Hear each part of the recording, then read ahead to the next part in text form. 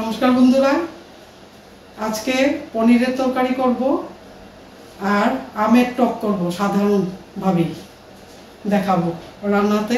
এবার চলে যাই, স্টার্ট করে দিই, অনেকটাই দেরি হয়ে গেছে। এবার উনুনটা জ্বালিয়ে নিলাম, পনিরটা ভেজে নেবো এখানে। এবার বাটারটা দিয়ে দেবো। আমি বাটারে করব, এটা সরষা তেলে করবো না।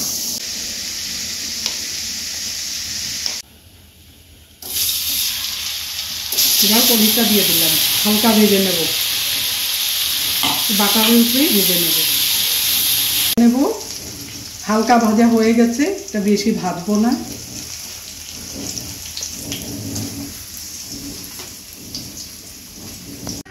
এবার সরষেটা দিয়ে দিলাম, তেজপাতা দিলাম, আর একটা শুকনো লঙ্কা দিয়েছি। এই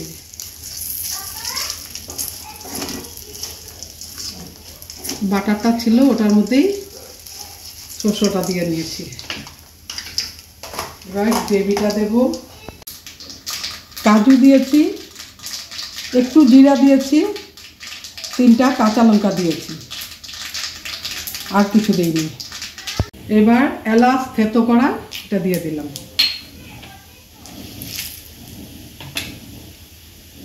মশলাটা দিয়ে দিলাম।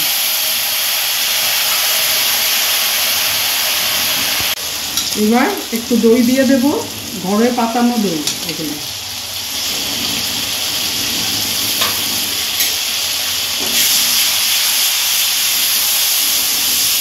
কাশ্মীরি লাল লঙ্কা দিয়ে দিলাম, একটু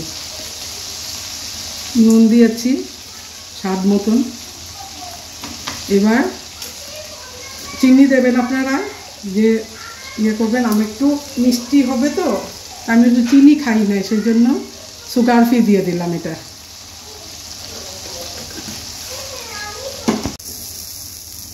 জল দিয়ে দেব, আঁচটা চড়িয়ে দিলাম। খুব সুন্দর গন্ধ এসেছে, আপনারা ওরকম করে খেয়ে দেখবেন, খুব ভালো লাগে। তার মধ্যে হলুদ পড়বে না।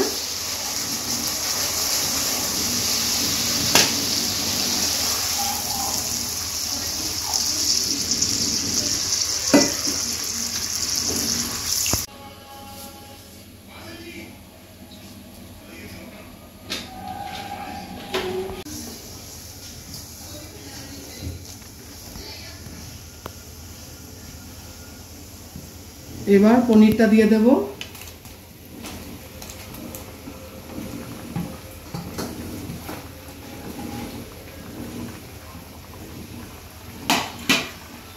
খুব তাড়াতাড়ি হয়ে যায়, এটা চটপট রান্না হয়ে যায়, এমন কোনো এটার মধ্যে খাটুনি নেই।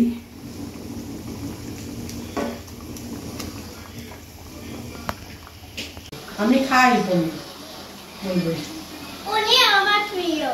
এবার উনুনটা টকটা করার জন্য এই কড়াইটা চাপাই দিলাম।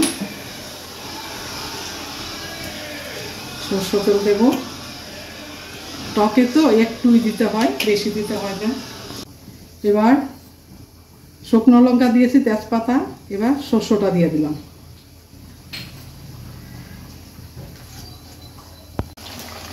পনিরটা হয়ে গেছে, এবার নামিয়ে নেব। এটা উনুনটা অফ করে দিলাম। এবার আমটা দিয়ে দিলাম।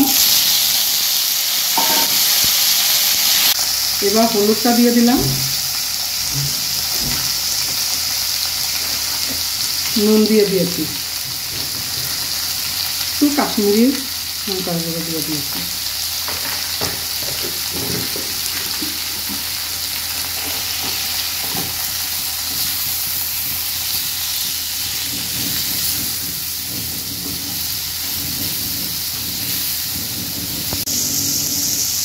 এবার জলটা এড করে দিলাম।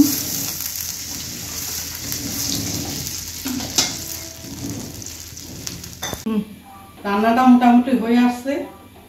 টকটার মধ্যে জলটা এড করে দিলাম। আর নিরামিষ যখন খাবেন, এইভাবে করে খাবেন।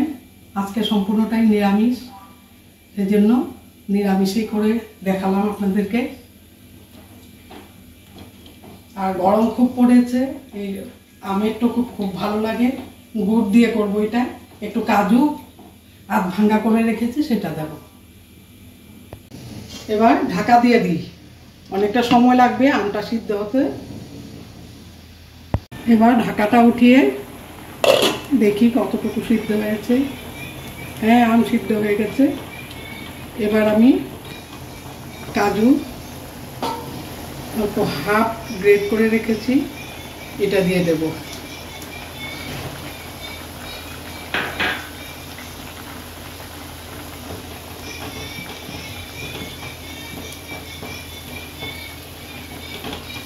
খুব সুন্দরভাবে সিদ্ধ হয়ে গেছে।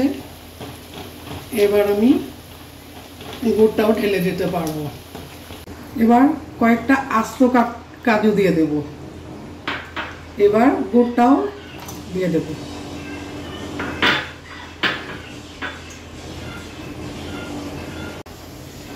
আলাদা হয়ে যাবে, একটু লাল মতো হয়ে যাবে, গুড় দিয়েছি তো। আপনারা চিনি দিয়েও খেতে পারেন, অনেকে গুড় খায় না, কিন্তু গুড় দিয়েই টেস্টটা হয় বেশি। এবার একটা পাকা আম দিয়ে দেবো, খুব মিষ্টি এটা। আর হয়ে গেছে, এখন একটু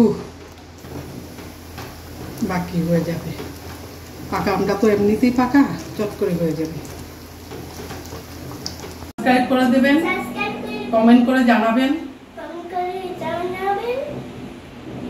আর আজকে এখানেই ভিডিওটা শেষ করব। আপনারা ভালো থাকবেন।